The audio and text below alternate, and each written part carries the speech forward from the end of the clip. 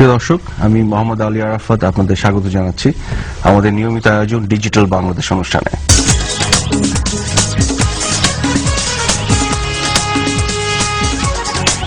এই অনুষ্ঠানে আমরা ডিজিটাল বাংলাদেশের বিভিন্ন দিক নিয়ে আলোচনা করে থাকি। আজকেও আমরা ডিজিটাল বাংলাদেশের যে একটি কংক্রিট প্ল্যান আছে, যে ভিশন আছে, এবং সেই ভিশন এন্ড প্ল্যানকে নিয়ে যে ইমপ্লিমেন্টেশন বাস্তবায়নের কাজ এগিয়ে যাচ্ছে, সেখান থেকে কিছু বিষয় নিয়ে আলোচনা করব। তবে একটি স্পেসিফিক অ্যাসপেক্ট যেটিকে আমরা বলছি হাইটেক পার্ক, সেই বিষয়টি নিয়েও আমরা একটু বিশেষ নজর দিব আমাদের আলোচনায়। আপনারা জানেন যে স্পেসিফিক যে প্ল্যানটি আছে, যেটা অনেকের কাছেই হয়তো এখনো ওইভাবে স্পষ্ট নয়, বাট আমি অনুষ্ঠান শুরুতেই বিষয়টি একটু স্পষ্ট করে দিতে চাই। 5টি বেসিক ডিস্টিংক্ট এরিয়া নিয়ে কাজ করছে বাংলাদেশ গভর্নমেন্ট ডিজিটাল বাংলাদেশ যে প্ল্যানটি আছে সেই বিষয়টি নিয়ে। এর একটি হচ্ছে ই গভর্নেন্স, একটি হচ্ছে আইটি এডুকেশন, একটি হচ্ছে আইটি আউটসোর্সিং, 4 নম্বরটি হচ্ছে আইটি ইন্ডাস্ট্রি, এবং তারপরে আছে ইনফ্রাস্ট্রাকচার। সো 5টি ডিস্টিংক্ট এরিয়া নিয়ে যে কাজগুলি হচ্ছে সেগুলো নিয়ে আমরা কিছু আলোচনা করব আজকে আমাদের সাথে আলোচনায় আছেন স্থপতি ইয়াফেস ওসমান, মাননীয় প্রতিমন্ত্রী বিজ্ঞান এবং তথ্য ও যোগাযোগ প্রযুক্তি মন্ত্রণালয় থেকে স্বাগত জানাচ্ছি। আমাদের সাথে আছেন জনাব মোস্তফা জব্বার, সভাপতি বাংলাদেশ কম্পিউটার সমিতি। আমাদের সাথে আরো আছেন জনাব মুনির হাসান, পরামর্শক সায়েন্স এন্ড আইসিটি মিনিস্ট্রি। আমি অনুষ্ঠানের শুরুতেই যে প্রশ্নটি করব, মাননীয় প্রতিমন্ত্রী আপনি আছেন, আমাদের ডিজিটাল বাংলাদেশের যে কাজগুলি হচ্ছে এগুচ্ছে, আমরা একটু মহাযজ্ঞ দেখছি, সম্পর্কে আপনি জাস্ট ছোট করে আমাদের একটু কিছু বলুন। প্রযুক্তি প্রগতির পথ বলে গণ্য ডিজিটাল বাংলাদেশ হতে হবে সকলের জন্য, অর্থাৎ প্রত্যেকটা মানুষ যাতে এই টেকনোলজিকে নিয়েই আমরা আগাতে চাই এবং সেই টেকনোলজির আওতার মধ্যে যাতে প্রত্যেকটা মানুষ আসে। সেখানে ধরেন আমাদের সবচেয়ে বেশি আমরা যেটার উপর স্ট্রেস দিয়েছি সেটা হলো যেন ওই আপনার সেলফোন, কারণ এটা বহু মানুষের কাছে চলে গেছে। আর একটা হলো এই অঞ্চলের মধ্যে, কেবল বাংলাদেশ বলে নয়, এই অঞ্চলের মধ্যে আপনার সবচেয়ে বেশি আপনার এই ডেন্সিটি কিন্তু হলো কি বলে মোবাইল টেলিফোনের উপরে। প্রায় 98% জিওগ্রাফিক্যালি অলরেডি আমরা কভার করেছি এবং 50% এর উপরে মানুষের কাছে চলে গেছে। সুতরাং এটাও কিন্তু একটা বড় পার্ট আমাদের ই গভর্নেন্সের, অর্থাৎ মানুষের কাছে আমরা তথ্যগুলো দিয়ে তাদের জীবনটাকে অনেক ইজি করে দিতে চাই, তাদের সময় বাঁচিয়ে দিতে চাই, এবং বাড়তি সময় পেলে দেশের মানুষ নিজেরাই নিজেদের ভাগ্য পরিবর্তন ঘটাবে।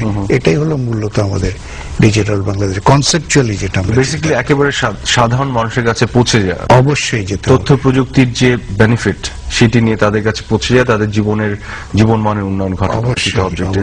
তো আপনার কথা থেকে যেটি বের হয়ে আসছে যে আমাদের মাননীয় প্রধানমন্ত্রী একই কথা বলেছেন যে তথ্য প্রযুক্তিতে মানুষ অ্যাক্সেস পাবে তার ইকোনমিক ডেভেলপমেন্ট হওয়ার পরে, সেটি আমরা বিশ্বাস করি না। আমরা বিশ্বাস করি তথ্য প্রযুক্তি নিয়ে আমরা সাধারণ মানুষের দ্বার প্রান্তে পৌঁছবো এবং তার মধ্য দিয়ে মানুষের জীবনমান উন্নতি আমরা ঘটাবো। এটি তো বেসিক দর্শন। চমৎকার করে বলছেন। আমরা যদি একটু জানতে চাই যে বিষয়টি কিনা আজকে আমরা ফোকাস করবো আজকে আলোচনায়, হাইটেক পার্ক। আমি অনুষ্ঠানের শুরুতেই বলেছি যে 5টি ডিস্টিংক্ট এরিয়া, এর মধ্যে IT industry one of the very important area যেটি, এবং হাইটেক পার্ক বিষয়টি নিয়ে একটা কাজ শুরু হয়েছে এবং বাস্তবায়নের কাজ চলছে। তো এই বিষয়টি নিয়ে আমরা আমাদের দর্শকদেরকে কিছু ইনফরমেশন দিতে চাই। এর ব্যাপারে আমি বলি যে এর আগের বারে যখন আওয়ামী লীগ সরকার ছিল, ইনফ্যাক্ট তখনই এটা কনসেপচুয়ালি গ্রহণ করা হয়েছিল। আচ্ছা। এবং এখানে আপনার মূলত আমরা নলেজ বেস যে আপনার ইন্ডাস্ট্রিগুলো, সেগুলোকে আমরা একটা জায়গায় নিয়ে আসতে চাচ্ছি এবং সেটারই নাম দেওয়া হয়েছে হাইটেক পার্ক, অর্থাৎ হায়ার টেকনোলজি নিয়ে কাজ করা। এবং এটা আমি বলবো যে ধরেন 2001-এ আমাদের সরকার চলে যাওয়ার পর এটার উপরে খুব একটা কাজ হয়নি। ইনফ্যাক্ট বলতে গেলে ওই সময় কিছু কিছু অঞ্চল, এটা প্রায় 232 একর জমি নিয়ে করা, সেখানে কিছু অঞ্চল ওনাদেরই কিছু কিছু মানুষ দখল করে বসেছিল। তো সেটাকে আপনার এই যে ইভেন 111-এর পরেও কিছুটা কাজ হয়েছে ওখানে। আমি বলবো যার যেটা প্রাপ্য, তারাও কিছু কাজ করেছে এবং আমরা বাকিটা এসে এসে আপনাকে ওইটা চারিদিকে ধরেন ইয়ারমার্ক করা, তারপরে এখন বাউন্ডারি ওয়াল দেওয়া থেকে শুরু করে এই প্রত্যেকটা কাজ হয়েছে। এবং ইভেন ওখানে স্টার্ট করার জন্য একটা অফিস বিল্ডিং আমরা কমপ্লেক্স আমরা তৈরি করে ফেলেছি। আর এখানে সবচেয়ে বড় কাজ যেটা করা হয়েছে আমাদের এই 2 বছরে, এই 2 বছরের কাছাকাছি যাচ্ছে সময়, সেটা হলো আমরা কিন্তু এটা ওই সংসদ থেকে কিন্তু ল করে ফেলেছি। আচ্ছা আচ্ছা, কারণ এই লিগ্যাল বেসিসটা না থাকলে আসলে এই ধরনের বড় কাজ করা যায় না। সুতরাং আমরা এই সময়ের মধ্যে কিন্তু ওইটুকুও করেছি। আমি আবার আসবো আপনার কাছে। আমাদের সাথে আছেন আপনার ministry, ICT ministry, science and ICT ministry পরামর্শক জনাব মুনির হাসান। হাইটেক পার্ক সম্পর্কে আমরা একটু বিস্তারিত জানতে চাই এবং বোঝার চেষ্টা করছি। স্যারের কাছেই শুনেছি যে আমাদের যে 232 একর জমি, এটা ঢাকা থেকে 40 কিলোমিটার দূরে কালিয়াকৈরে এবং ইয়ারমার্ক করা আছে ওখানে। এবং ওখানে আমরা দুটো ফিজিবিলিটি স্টাডি করার পরে ওখানে 5টা জোনে আমরা এটাকে ভাগ করেছি। দুটো জোন হচ্ছে, একটা হচ্ছে রেসিডেন্সিয়াল যারা কাজ করবে তাদের জন্য, আর একটা হচ্ছে অ্যাডমিনিস্ট্রেটিভ এবং সাপোর্ট ফ্যাসিলিটির জন্য। বাকি 3টা ডিস্টিংক্টলি আমরা 3 ধরনের ইন্ডাস্ট্রির কথা মাথায় রেখেছি, নলেজ বেস ইন্ডাস্ট্রি কিন্তু। একটা আইটি এনাবল সার্ভিসেস এর জন্য, একটা বায়োটেকনোলজি এবং জেনেটিক ইঞ্জিনিয়ারিং রিলেটেড অংশের জন্য, আরেকটা হচ্ছে যে হাইটেক ইন্ডাস্ট্রিগুলোর যে রিসার্চ এন্ড ডেভেলপমেন্ট গুলো হবে, R&D অংশগুলো হবে সেগুলোর জন্য। এবং এই 5টি ব্লকের জন্য আমরা, আপনি হয়তো জানেন যে মাত্র এই গত 7 তারিখে আমাদের এক্সিকিউটিভ কমিটির একটা মিটিং ছিল। স্যার সেটার প্রেসিডেন্ট ওখানে প্রিজাইড করছেন স্যার। এবং সেখানে আমরা সিদ্ধান্ত নিয়েছি যে আমরা এইবার এই হাইটেক পার্কের কাজটা শুরু করার জন্য যারা ওখানে বিনিয়োগ করতে আগ্রহী তাদেরকে সরাসরি তাদের কাছ থেকে আমরা ইওআই এখন আহ্বান করব যে ওখানে কেউ কি ধরনের ইন্ডাস্ট্রি করতে চায়। এই ক্ষেত্রে আমরা একটা খুব সুস্পষ্ট সিদ্ধান্ত নিয়েছি, সেটা হচ্ছে যে আমরা একটি মাত্র প্রতিষ্ঠানকে এই পুরো পার্কটা দিতে চাই না। আমরা অপশনটা খোলা রাখতে চাই যে ইচ্ছা করলে যে কেউ একটা ভালো প্রস্তাব দিতে পারবে, অথবা কেউ যদি মনে করে যে না আমি অংশ বিশেষের উন্নয়ন করব, তাকেও আমরা সুযোগটা দিতে চাই। এটি তো বললেন যে ওই হাইটেক পার্ক যদি সেটা বিল্ড করার ক্ষেত্রে যে প্রসেসে জিনিসটা হবে, কিন্তু এই হাইটেক পার্কটা কিভাবে কন্ট্রিবিউট করছে ডিজিটাল বাংলাদেশের বিল্ড করতে, এট দ্য সেম টাইম আমাদের ইকোনমিক ডেভেলপমেন্টকে এনহ্যান্স করতে কিভাবে হেল্প করছে? দুটো কাজ হচ্ছে কিন্তু। একটা হচ্ছে যে এই হাইটেক পার্কে আমরা সেখানে একটা প্রণোদনা প্যাকেজ ঠিক করেছি যাতে বিদেশি এবং দেশি বিদেশি বিনিয়োগকারী উভয়ই যেন সেখানে ইন্ডাস্ট্রি তৈরি করে, এবং সেখানে তাহলে আমাদের নলেজ ট্রান্সফারের কাজটা হবে। আমাদের কিন্তু ডিজিটাল বাংলাদেশ মানে হচ্ছে একটা নলেজ বিল্ড সোসাইটি। তাহলে ব্যাপারটি অনেকটা এরকম হচ্ছে, আমরা যদি সাধারণ মানুষের সুবিধার্থে একটু আমি বলি যে ইপিজেড যেগুলো আছে, কিছুটা স্পেসিফিক রেস্ট্রিক্টেড এরিয়া যেটা হেল্প করছে এক্সপোর্ট করতে, পার্টিকুলার কোন ইন্ডাস্ট্রিকে সাপোর্ট দিতে, ব্যাপারটি কি এরকম হচ্ছে? অনেকটা স্পেশাল ইন্ডাস্ট্রি জোনের মতোই। তার মানে আমরা দেখতে পারি যে আমাদের ডিজিটাল বাংলাদেশের যে বেসিক প্ল্যান, এটা যে প্রেজেন্টেশনটা হয়েছে সেখানে একটা জায়গায় বলা ছিল যে আমাদের এখন গার্মেন্টস ইন্ডাস্ট্রি থেকে আমরা সবচেয়ে বেশি আর্ন করছি ফরেন কারেন্সি, এবং একটা স্বপ্ন আছে যে আমরা সফটওয়্যার সেল করে আইটি ইন্ডাস্ট্রি থেকে সবচেয়ে বেশি ফরেন কারেন্সি আর্ন করবো ইভেন্চুয়ালি, এবং সেই ইন্ডাস্ট্রিকে আমরা এক্সিট করে যাব। তেমন আমরা ডাইভার্সিফিকেশন দিকেও যাচ্ছি, যাতে একটি পার্টিকুলার ইন্ডাস্ট্রির উপর আমরা ডিপেন্ডেন্ট না হই বাংলাদেশে। আসলে ওটা মাথায় রেখেই কিন্তু এটা করা। আচ্ছা আচ্ছা আচ্ছা। এবং আমি বলবো যে বাই প্রোডাক্ট হিসেবে বরঞ্চ আমাদের এখানকার ছেলে মেয়েরা আপনার এই যে টেকনোলজিটা ট্রান্সফার হয়ে আসবে তাদের কাছে, কিন্তু মূলত আমরা ওই ব্যবসা হিসাবে যেটা মানে ওটাকেই বাইরে যাতে আউটসোর্সিং করে যাতে একটা বড় ইনকাম আমরা করতে পারি ফরেন কারেন্সি, সেটাই কিন্তু আমাদের মূল উদ্দেশ্য। চমৎকার। কিন্তু বাই প্রোডাক্ট হিসেবে যদি বলছেন সেটার যে ফিউচার ইমপ্লিকেশনস কিন্তু হিউজ, কারণ সেটা আবার ইভেন্চুয়ালি আমাদের ডোমেস্টিক ইন্ডাস্ট্রিকে ডেভেলপ করতে অনেক হেল্প করবে ইভেন্চুয়ালি, কারণ অপরচুনিটি ক্রিয়েট করছে। কাজে যেখানে নলেজ আছে ন্যাচুরালি তারা সেটা এনক্যাশ করা বা ক্যাপিটালাইজ করার সুযোগ পাচ্ছে। এবং আরেকটা জিনিস হতে পারে, এটা হয়তো জব্বর ভাই খুব ভালো বলবেন, আমি জব্বর ভাইয়ের কাছে যাচ্ছিলাম যে আমাদের ইন্ডাস্ট্রির ক্ষেত্রে আমরা যে নলেজ বেস ইন্ডাস্ট্রির কথা বলছি বা IT software, IT enable services, এটার পাশাপাশি কিন্তু আমরা কিন্তু বাংলাদেশে এখন কিছু কিছু হার্ডওয়্যারের চিন্তা করতে পারি। হার্ডওয়্যার ইন্ডাস্ট্রি বা কেসিংটা হইতে পারে, পাওয়ার সাপ্লাই হইতে পারে। জনাব মোস্তফা জব্বার ওনার যে ক্যাপাসিটি সেটা হার্ডওয়্যার বিয়ন্ড হার্ডওয়্যার আমরা যেটা জানি, স্পেশালি ডিজিটাল বাংলাদেশ নিয়ে ওনার চিন্তা ভাবনা এবং যে কর্মযোগ্য। আমি আসলে আরো স্পেসিফিক কোয়েশ্চেন, মানে যেটার হয়তো আরো broader, specific but broader in terms of its philosophy, যে এই যে হাইটেক পার্ক বা অন্যান্য যে ডিজিটাল বাংলাদেশে যে কার্যক্রম চলছে, আমাদের মন্ত্রী মহোদয় বললেন সাধারণ মানুষের জীবন মানে উন্নয়ন ঘটানোর জন্য। আপনি যদি একটু ব্যাখ্যা করেন যে হাইটেক পার্ক থেকে আমরা সাধারণ মানুষের কাছে বেনিফিট কিভাবে পৌঁছে দিতে পারি। প্রথমত আমি একটু উল্লেখ করতে চাই যে সুযোগটা পেলাম এবং হাইটেক পার্ক নিয়ে আলোচনা হচ্ছে। 99 সালে যখন আমাদের তৎকালীন আওয়ামী লীগ সরকার এই জায়গাটিকে টেলিকমিউনিকেশন মিনিস্ট্রি থেকে এনে সায়েন্স এন্ড আইসিটিতে হস্তান্তর করে, তখন কিন্তু আমরা বেশ কিছুটা সময় গেছে এটাতে কি করব, কিভাবে করব, জরিপ করা, আমাদের কোনো অভিজ্ঞতা নাই সেই বিষয়গুলো নিয়ে, এবং তখন এই ফিজিবিলিটি স্টাডিগুলো হয়েছে। দুর্ভাগ্যজনকভাবে যখন 2001-এ ক্ষমতার পরিবর্তন হলো, তখন আমাদের মাননীয় মন্ত্রী বলেছেন যে এটা দখলদারিত্বের মধ্যে গেছে। শুধু সেই জায়গাটাতে যায়নি, প্র্যাকটিক্যালি 5 বছর 6 বছরের ভিতরে তৎকালীন মন্ত্রী 2-3 বার এটাকে আবার দখল করছেন, মানে অর্থাৎ আনুষ্ঠানিকতা দেখিয়েছেন যে এর আগে আওয়ামী লীগ সরকার যে হাইটেক পার্কটার সূচনা করে গিয়েছিল এটাকে কবর দেওয়ার জন্য মন্ত্রী মহোদয় সাংবাদিকদের নিয়ে দেখিয়েছেন যে মন্ত্রণালয় এই জায়গায় আমরা দখল পেলাম। এগুলো হচ্ছে এটি সম্পূর্ণ নেতিবাচক অ্যাটিটিউড থেকে পুরো বিষয়টাকে দেখা, এবং আমাদের ইএফএস স্পষ্ট করে বলেছেন যে কি পর্যায়ে আছে। আমাদের কাছে বিষয়টা হচ্ছে এরকম যে বস্তুতপক্ষে বাংলাদেশ একটি কৃষি প্রধান দেশ ছিল, বাংলাদেশে ইন্ডাস্ট্রিয়ালাইজেশন বলতে গেলে হয়নি, এবং আমরা যখন ডিজিটাল যুগে যাচ্ছি এবং একটু আগে আমরা আলোচনা করেছি জ্ঞানভিত্তিক সমাজের দিকে যাব, তার মানে হচ্ছে জ্ঞানভিত্তিক কারখানা তৈরি হতে হবে, আর এই জ্ঞানভিত্তিক কারখানা বাংলাদেশে কখনো হয়নি। সুতরাং ওই জায়গাটায় যাওয়ার জন্য এটি আসলে একটি প্রধান কেন্দ্র এবং একটি দৃষ্টান্ত স্থাপন করার মতন জায়গা বলা যেতে পারে। আমার কাছে মনে হয় এটা একটা স্বপ্নের মতন, কারণ আমরা প্রথম নলেজ বেস ইন্ডাস্ট্রির উপরে ভিত্তি করে দাঁড়ানোর চেষ্টা করছি এবং লোহালক্করের বাইরে মেধার উপর নির্ভর করে দাঁড়ানোর চেষ্টা করছি, এবং আমি মনে করি যে অত্যন্ত চমৎকার ভাবে গত 2 বছরে এটাকে এগিয়ে নিয়ে যাওয়ার চেষ্টা করা হয়েছে। একসময় যেখানে গরু চড়তো সেই জায়গাটা অন্তত একটা দৃশ্যমান জায়গাতে পৌঁছেছে। আমাদের জন্য বিশেষ করে যারা আইটি ইন্ডাস্ট্রিতে আছে তাদের জন্য ভাইটাল হচ্ছে যে আমাদের এটি পরিবেশ দরকার, যে পরিবেশটার মধ্যে সামগ্রিকভাবে আমি কাজটা করতে পারি।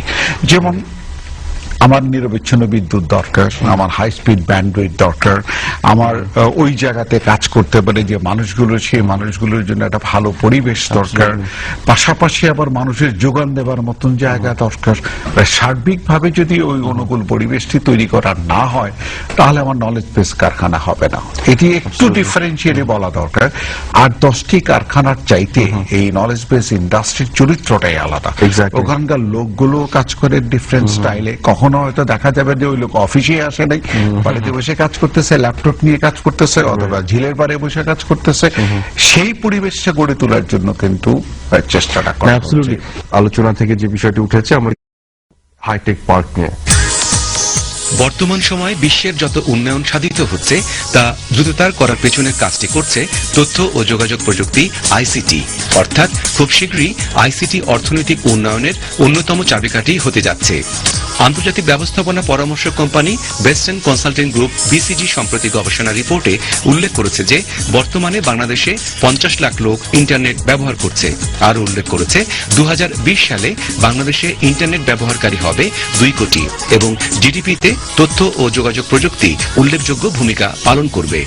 বর্তমান সরকার বাংলাদেশকে ডিজিটাল বাংলাদেশ করার যে যুগান্তকারী ভিশন 2021 ঘোষণা করেছে, সেখানে হাইটেক পার্ক বিশেষ ভূমিকা পালন করবে বলে বিশেষজ্ঞরা মনে করছেন।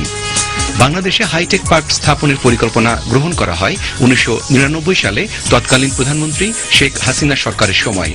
ঢাকার অদূরে গাজীপুর জেলা কালিয়াকৈরে হাইটেক পার্ক স্থাপনের সিদ্ধান্ত নেওয়া হলেও পরবর্তীতে বিএনপি জামাত জোট সরকার ওই সিদ্ধান্ত বাতিল করে দেয়। বর্তমান সরকার ক্ষমতায় এসে কালিয়াকৈরের 231 একর জায়গায় শুরু করে হাইটেক পার্ক স্থাপনের কাজ। কিছু অসাধু লোক এই জায়গাটি দখল করে নিলে পরবর্তী পর্যায়ে সরকার এই জায়গাটি পুনঃদখলে নিয়ে নেয়। বর্তমানে বাউন্ডারি ওয়াল দিয়ে এর সুরক্ষা করা হচ্ছে। এই প্রকল্পে সরকারের পাশাপাশি দেশি ও বিদেশি বিনিয়োগকারীরা বিনিয়োগে এগিয়ে আসছেন। এখন আমাদের এই সফটওয়্যার ইন্ডাস্ট্রিকে আর একটু বড় করতে হলে গভর্নমেন্টের একটা সাপোর্টের আমাদের প্রয়োজন। যে ধরনের একটা পার্ক যদি আমাদের থাকে, আমরা অনেক ইনভেস্টার বাংলাদেশে আনতে পারবো এবং আমাদেরও একটা স্থায়ী অফিস আমরা এখানে করতে পারবো, যেখানে ধরেন আমরা আরো অনেক এমপ্লয়ি এখানে আমরা কাজ দিতে পারবো, বাইরে থেকে কাজ আনতে পারবো, বাইরে থেকে ইনভেস্টার আনতে পারবো। Places like High Tech Park in Dhaka's vicinity are essential for any kind of additional investment to Bangladesh, because Dhaka itself is getting very crowded and it needs very highly developed industrial areas outside of the city. এই high tech পার্কের কার্যক্রমকে ধারাবাহিকতা রক্ষা করার জন্য আরেকটি প্রকল্প support to high tech park authority to established high tech park at Kaliakair Gazipur নামে নেওয়া হয়েছে, যেটির মেয়াদকাল এপ্রিল 2010 থেকে মার্চ 2013 পর্যন্ত। এই প্রকল্পের মাধ্যমে সাধারণত হাইটেক পার্ক অথরিটিকে সহায়তা প্রদান করা হবে, মাস্টার ডেভেলপার নিয়োগের ব্যাপারে হাইটেক পার্ক অথরিটিকে সহায়তা করা হবে। এছাড়াও বিভিন্ন ইনভেস্টরদেরকে সাথে যোগাযোগ করে হাইটেক পার্কের মূল কার্যক্রমকে বেগবান করা হবে। পরিবর্তিত বিশ্বের সঙ্গে তাল মিলিয়ে বর্তমানে বাংলাদেশে ব্যক্তিগত পর্যায়ে ও অফিসে তথ্য ও যোগাযোগ প্রযুক্তির ব্যবহার দিন দিন বেড়েই চলছে। সব ধরনের কাজসমূহ ক্রমান্বয়ে আইসিটি নির্ভর হয়ে পড়ছে। অফিসের দুর্নীতি কমানো, কর্মদক্ষতা বৃদ্ধি ও জবাবদিহিতা প্রতিষ্ঠার জন্য আইসিটি ব্যবহার একান্ত জরুরি। বর্তমান সরকারের ভিশন 2021 বাস্তবায়নে এবং ডিজিটাল বাংলাদেশ প্রকল্পটি সফল করতে হলে সরকারের পাশাপাশি সবাইকে তথ্য ও যোগাযোগ প্রযুক্তির সর্বোচ্চ ব্যবহারের দিকে ঝুঁকতে হবে। প্রিয় দর্শক, আপনার প্রতিবেদনটি দেখলেন। ডিজিটাল বাংলাদেশ যে স্লোগান এবং এই স্লোগান থেকে জুন মাদানা এবং সেখান থেকে বাস্তবায়নের কিছু চিত্র আমরা দেখলাম।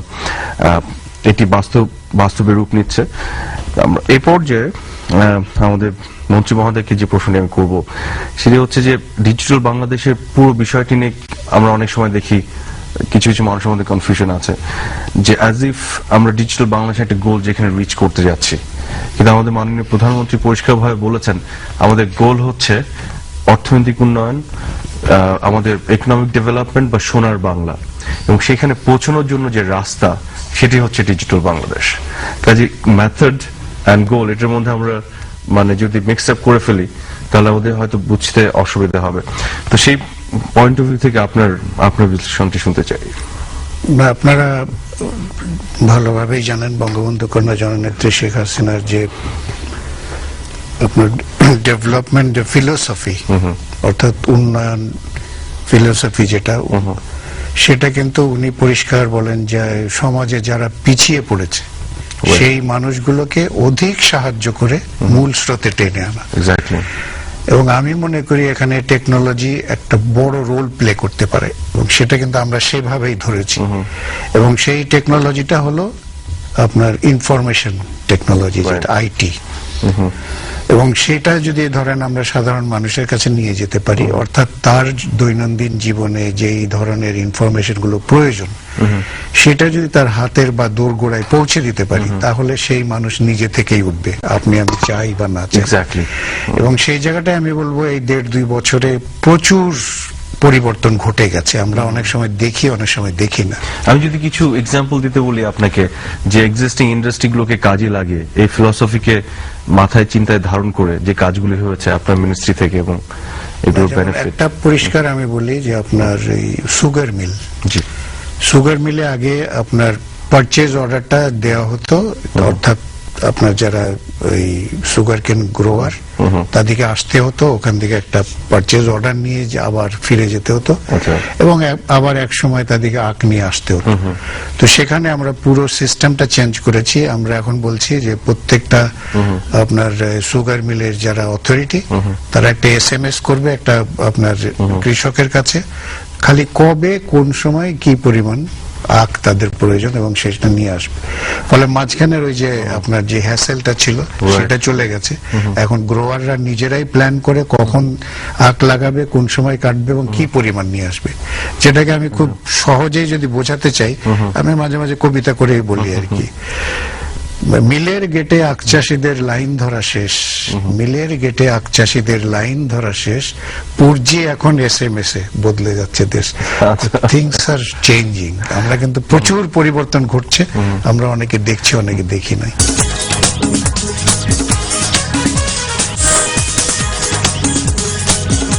সেলফোন তো আগেও ছিল, কিন্তু সেলফোনের যে ব্যবহারটা এবং সেই ব্যবহারের জায়গাতে আমরা যাচ্ছি, কারণ হচ্ছে আমাদের সেই ডিজিটাল বাংলাদেশ যেটি মাথায় রেখে, তার মানে আসলে আমাদের এটা যদি আমরা প্রপারলি বুঝতে পারি, এটি আসলে একটি দর্শন, এবং দর্শনটি হচ্ছে তার এন্ড গোল হচ্ছে মানুষের কল্যাণ at the end of the day. Arafat, একটি বিষয়ে আমি একটু ইন্টারাপ্ট করতে জি, চাই। please. অনেকেরই একটি ধারণা আছে ডিজিটাল বাংলাদেশ মানে হলো প্রত্যেকের হাতে হাতে কম্পিউটার দিতে হবে, বাড়িতে বাড়িতে কম্পিউটার দিতে হবে, মাথায় করে কম্পিউটার নিয়ে আমরা ঘুরে বেড়াবো, যেটা আমাদের মাননীয় মন্ত্রী অত্যন্ত স্পষ্টভাবে বলেছেন যে বাংলাদেশে অলরেডি অর্ধেকের মতন জনসংখ্যার কাছে অলরেডি একটি মোবাইল ফোন আছে, যেটি আসলে কম্পিউটার, এবং সেটি কম্পিউটারের মতন বিহেভ করতে পারে, কাজ করতে পারে, কম্পিউটারের মতন সেবা দিতে পারে, এবং তার অসংখ্য দৃষ্টান্ত কিন্তু এখন তৈরি হচ্ছে। এই যে ভর্তির বিষয়টা, বিশ্ববিদ্যালয়ে ভর্তির বিষয়, রেজাল্টের বিষয়, দেন একই সাথে আমরা তো এখন মানি ট্রান্সফারের বিষয় থেকে শুরু করে সব ক্ষেত্রে আমরা যেতে চাচ্ছি। ডিজিটাল বাংলাদেশের মূল কনসেপ্টের ভিতরে কিন্তু এই বিষয়টাই কাজ করছে, যেটা জননেত্রী বলেছেন যে সাধারণ মানুষের নাগালের মধ্যে তার কাছে সেবাটা পৌঁছে দেয়া, প্রযুক্তিটাকে তার জন্য ব্যবহার করা। সুতরাং কেউ যদি মনে করেন যে ঘরে ঘরে কম্পিউটার পৌঁছে দেওয়াটা হচ্ছে ডিজিটাল বাংলাদেশের যুদ্ধ, বিষয়টা তা না। এবং সেই ক্ষেত্রে যে পরিবর্তনটা গত 2 বছর হয়েছে, আমরা অসংখ্য পরিবর্তনের কথা বলতে পারবো, একটা দুইটা না। মানে আমি ইন্ডাস্ট্রির পক্ষ থেকে বলতে পারি যে কাজগুলো করার জন্য আমাদের বছরের পর বছর অপেক্ষা করতে হয়েছে। আমি একটা এক্সাম্পল দিই, আমার ই কমার্স দরকার, আমি ক্রেডিট কার্ড ডিপার্টমেন্টাল স্টোরে গিয়ে চার্জ করতে পারি, তো ইন্টারনেটে চার্জ করতে পারি না। 12 বছর যাবৎ গভর্নরদের পেছনে ঘুরে বেড়াইছে, গভর্নররা আইনও দেখাইতে পারে না, কিন্তু অনুমতিও দেয় না। সেই কাজটা কিন্তু জাস্ট 10 মিনিটে বসে থেকে এই গভর্নর, এখন যিনি গভর্নর আছেন, তিনি করে দিয়েছেন। এখন ক্লিয়ারেন্স থেকে শুরু করে, মানে বলতে চাচ্ছি আমি যে এই যে দেশটা ছিল সেই দেশটাতে আমরা কাজ করতেছি, কিন্তু সিচুয়েশনটা বদলে গেছে। আমরা জানি যে ই কমার্সের বিষয়টি ইমপ্লিমেন্ট করার জন্য ন্যাশনাল পেমেন্ট সুইচ নিয়ে কাজ করা হচ্ছে। একদম এক্স্যাক্টলি, মানে এটা শুরু না করলে তো শেষ হবে না। তো আমরা যে শুরু করেছি, এবং বেসিক্যালি ডিজিটাল বাংলাদেশের সেই স্বপ্ন থেকে এবং ভিশন থেকে এই শুরু করে এবং কাজগুলি। এবং আমি শুধু এই যে পেমেন্টের বিষয়টা যেহেতু আসলো, আমরা কিন্তু একটা বড় ইনোভেশন করছি, যেটা সারা পৃথিবীতে লোকে এখন আমাদেরকে প্রেস করছে। সেটা হচ্ছে এই যে ভর্তি পরীক্ষার অ্যাডমিশন ফি নিতে গিয়ে কিন্তু আমরা প্রথমে বললাম যে মোবাইল ফোন থেকে টাকাটা দেওয়া যাবে, এবং এটা কিন্তু কি করলো, আমাদের কিন্তু আগে 3 বার ভর্তি পরীক্ষার জন্য ফর্ম আনতে, একবার ফর্ম আনতে যেতে হতো, একবার টাকা জমা দেওয়ার জন্য। মোবাইল পেমেন্ট গেটওয়ে তো নাই, তারপরেও আমরা তো একটা বুদ্ধি বের করেছি, একটা অল্টারনেটিভ কিছু আছে। হ্যাঁ, এবং মোবাইল পেমেন্ট গেটওয়েটা না হওয়া পর্যন্ত আমরা কিন্তু একটা বুদ্ধি বের করেছি। এখন যে শুধু অ্যাডমিশন ফি নিচ্ছে তা না, এখন কিন্তু আমি নানা ধরনের ফি কিন্তু এই মোবাইল, এটাকে আমরা বলবো একটা প্রচেষ্টার নজির, যে পেমেন্টটা যে হবে, হতেই হবে, হওয়ার আগে আমরা অল্টারনেটিভ কিছু না কিছু বের করে একই গেটওয়ের জন্য অপেক্ষা করে বসে থাকি। আমার বিল দেয়া হচ্ছে, আমার ট্রানজ্যাকশন হচ্ছে, ইনফ্যাক্ট পরোক্ষভাবে কিন্তু এরই মধ্যে মোবাইলে টাকা ট্রান্সফারও হচ্ছে। মানে অর্থাৎ মানে জাতিগতভাবে বাঙালি খুব ইনোভেটিভ, তার হাতে কিছু একটা যন্ত্র এবং কিছু একটা উপায় যদি থাকে, সেটিকে ব্যবহার করা যায়, এবং এটা হচ্ছে ডিজিটাল বাংলাদেশের সবচেয়ে বড় শক্তি। এডুকেশনের জিনিসটা মানে খুব সহজে যদি, মানে আমি ছড়া করে মাঝে মাঝে বলি, অনলাইনে পেমেন্ট চালু, মোবাইলে মানি, মানে মানি অর্ডার, অনলাইনে পেমেন্ট চালু, মোবাইলে মানি, বাঁচলো সময়, বাঁচলো খরচ, বাঁচলো পেরেশানি। পরিষ্কার বোঝা যায়, মানে এটা তার মানুষকে বোঝানোর দরকার। অ্যাবসলিউটলি। তার মানে আমাদের গোলটা হচ্ছে কি অ্যাচিভ করতে যাচ্ছি, সময় বাঁচানো, খরচ বাঁচানো এবং পেরেশানি থেকে আমাদের রক্ষা পাওয়া, এবং সেটার মুক্তির পথটা কি ডিজিটাল বাংলাদেশ। কাজে এই আসলে এই জিনিসটা পরিষ্কার হওয়া খুবই দরকার আমাদের, যেটা মনে হয়। কারণ অনেকে অনেক কথা বলেন যে আমাদের পাওয়ার সেক্টরের প্রবলেম, এটা যেগুলো অনেক দিন ধরে জমে আসে, আমরা জানি সেই প্রবলেমগুলি আছে, আমরা সলভ করব। তার মানে এই নয় যে ডিজিটাল বাংলাদেশ এই পথ থেকে আমরা সরে যাব। আরেকটা উদাহরণ আমি একটু দেই আর কি, সেটা হলো যে আমাদের একটা অনেক দিনের সমস্যা হচ্ছে স্কুলে আমরা ছেলে মেয়েদেরকে আনতে পারি না, বিশেষ করে গ্রামের দিকে। চমৎকার একটা উদাহরণ আমি দেখে এসেছি। কয়েকদিন আগে আমি গিয়েছিলাম পূর্বধলাই, নেত্রকোনা পূর্বধলাই একটা গ্রামে, সেখানে বিদ্যুৎ নাই, কিন্তু ওখানে একটা কম্পিউটার ল্যাব করা হয়েছে যেটা সোলার সিস্টেমে চলে। আচ্ছা, তা আমি হেড স্যারকে জিজ্ঞেস করলাম যে আপনি একটা চেঞ্জ বলেন যে আপনার এই ল্যাব আসার পরে বলে যে সবাই এখন স্কুলে আসে Attendance এবং বেড়ে যাবে। আগামী বছর আমি কি করব আমি জানি না, কারণ সব এলাকায় সব ছেলে মেয়ে এই স্কুলে ভর্তি হতে চাইবে, কারণ তারা কম্পিউটার ব্যবহার করতে পারতেছে। Exactly. এবং ও যদি স্কুলে আসে তাইলে কিন্তু তাকে আমি অন্য জিনিস দিতে পারবো, যে সব সময় তো সে আর কম্পিউটার নিয়ে ব্যস্ত থাকবে না, তখন আমি তার বাংলাটা ভালো করতে পারবো, Absolutely. তার ইংরেজিটা ভালো করে, কিন্তু তাকে নিয়ে আসার যে সমস্যাটা সেটা কিন্তু আমি একটা কম্পিউটার ল্যাব দিয়ে সলভ করে ফেলতে পারতেছি। মানে আমি জাস্ট একটু দৃষ্টি আকর্ষণ করি যে কম্পিউটার ল্যাবের প্রসঙ্গ আসছে। ইয়াফেস ভাই গত বছর অনেকগুলো স্কুলে 1400 স্কুলে কম্পিউটার ল্যাব করে দিয়েছেন। এই বছর আরো 1200-এর মতন ল্যাব করে দিয়েছেন। এটা আমাদের আইটি এডুকেশনের মধ্যে হ্যাঁ, পড়ছে। তো এই যে এগুলোর পরিবর্তনটাকে আমি একটা স্কুলে গিয়েছি, যেখানে গিয়ে দেখলাম যে ওদের কম্পিউটার হচ্ছে 10টা, ছাত্রছাত্রীর সংখ্যা প্রায় 1000 খানেক।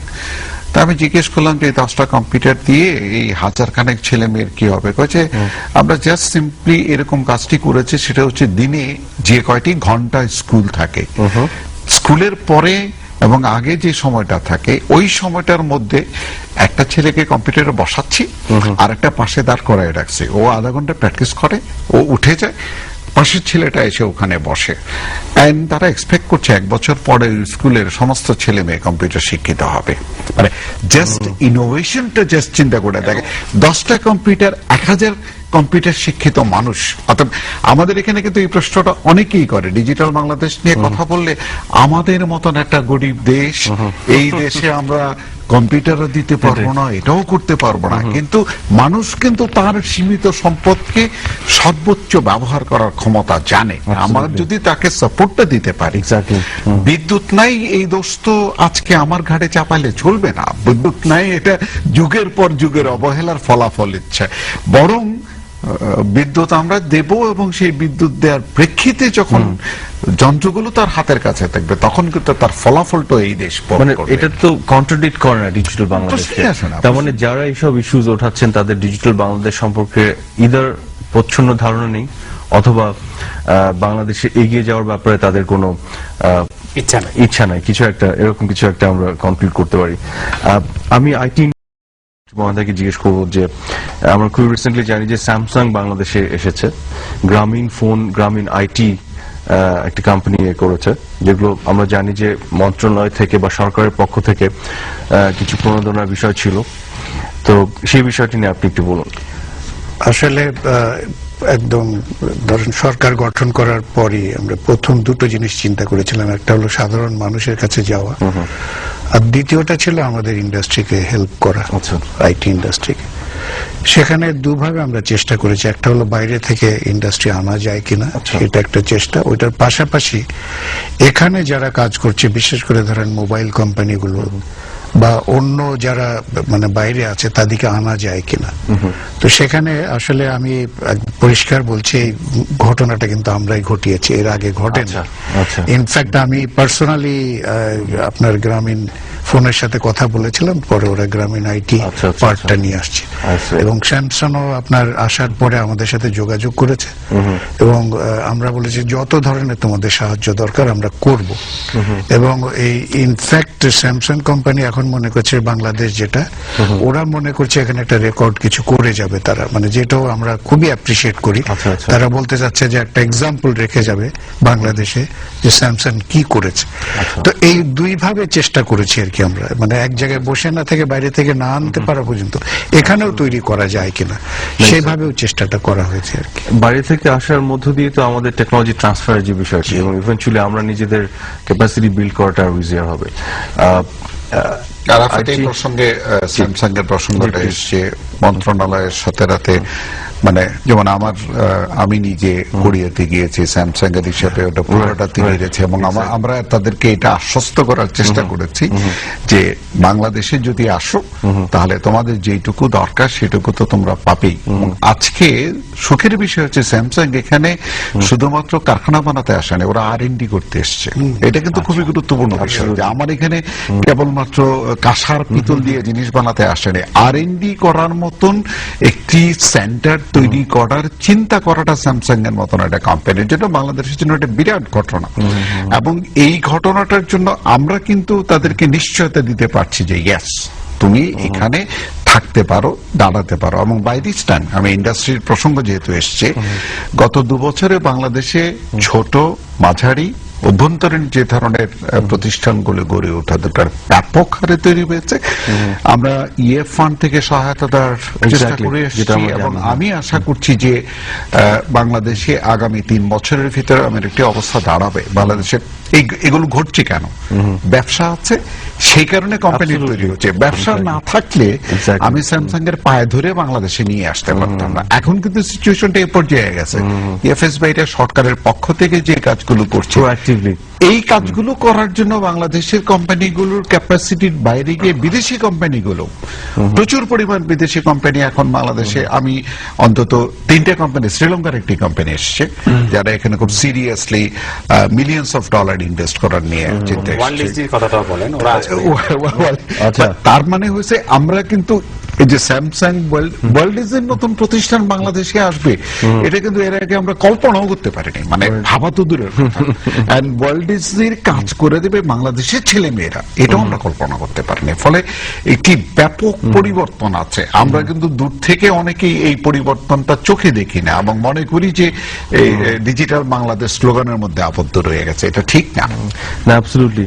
আর যে বিষয়টি আপনি বললেন যে আমাদের ইন্ডাস্ট্রিতে সে ডিমান্ড ক্রিয়েট করছে বলে ওরা আসছে, আমরা একটা জিনিস যদি খেয়াল করি যে বেসিক 5টা ডিস্টিংক্ট এরিয়ার কথা আমি একেবারে শুরুতে উল্লেখ করেছিলাম, যেটি আমাদের ডিজিটাল বাংলাদেশের ভিশন এন্ড প্ল্যানের মধ্যে আছে। প্রত্যেকটি জিনিস কিন্তু আমরা যদি খেয়াল করে দেখি যে সাইমালটেনিয়াসলি একই সাথে এগিয়ে যেতে হবে, একটি আরেকটির সাথে পরিপূরক। আইটি এডুকেশন ছাড়া আমরা আইটি ইন্ডাস্ট্রিতে লোকবল যোগান দিতে পারবো না, আইটি আউটসোর্স করতে পারবো না। ই গভর্নেন্স যদি প্রপারলি এস্টাবলিশ করা না যায়, তাহলে গভর্নমেন্টের দিক থেকে যে প্রোঅ্যাক্টিভনেস এর জায়গাটা, প্রসেস এক্সপেডাইট করার যে বিষয়গুলি, সেগুলো যদি পজিটিভলি এখানে ইম্প্যাক্ট না করে, তাহলে বাকি জিনিসগুলো হ্যাম্পার করছে। Infrastructure at the end of the day সবগুলোকে এফেক্ট করবে।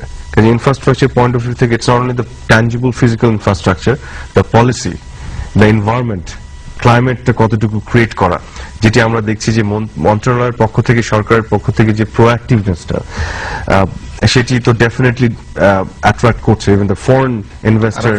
জাস্ট আমি আপনাকে শুধু স্মরণ করিয়ে দিই, জাস্ট আমার এফএসবি এখানে আছে এই জন্য না, বাংলাদেশের কোন সরকার ক্ষমতায় আসার 90 দিনের মাথায় কোনো আইসিটি পলিসি করেনি।